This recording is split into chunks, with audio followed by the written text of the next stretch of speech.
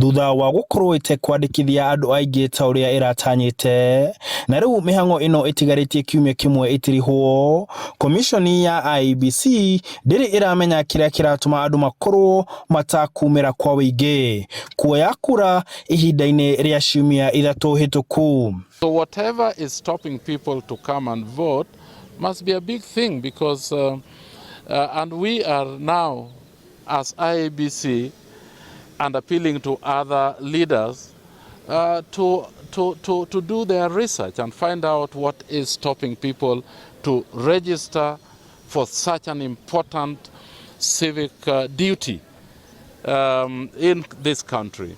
So, Commissioner Justice Nyagaya augĩte nĩguo gũkinyanĩria ithabu rĩrĩa maratanyĩte marabatara kwandĩkithia andũ milioni 4.5 ihinda-inĩ rĩa kiumia kĩmwe. It's going well, but not as well as we thought it would.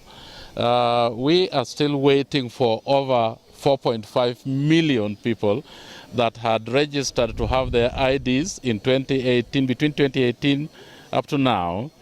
And we have only registered possibly about 900,000. Arĩtie arĩ njera-inĩ nene ya King'ong'o kaunti-inĩ ya Nyeri kũrĩa ohwo mahetwo mweke wa kwĩyandĩkithia. Kazi ambayo ni ya dhamana sana ya kuandikisha wafungwa kama wapiga kura katika gereza letu hapa Nyeri, na pia hii exercise inaendelea katika magereza yetu yote nchini Kenya kulingana na vile mwelekeo ama directive ya Commissioner General. Kurigana na ofitha munene wa IEBC kaunti-inĩ ya Nyeri Aloisia Kanini, no andũ 9,500 tu meyandĩkithĩtie matũra-inĩ mothe ma Nyeri. Kama kaunti tumefikia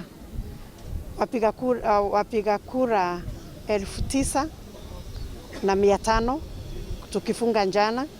Kwa hivyo tunatarajia leo tutafikisha 10,000, lakini hiyo ni kiwango kidogo sana cha wale watu tulihitaji tukuwa tumeandikisha, kwa sababu tuko na target ya 104,000. Gũkĩrĩ ũguo, Akenya nĩ mathiĩte na mbere kũrio meyandĩkithie ta aikia a kura nĩguo magĩe hinya na ũhoti wa gũtua matua ma bata harĩ gũthura atongoria. Handũ-inĩ ha Inooro TV de kaunti ya Nyeri, njĩtagwo Martin Mũnene.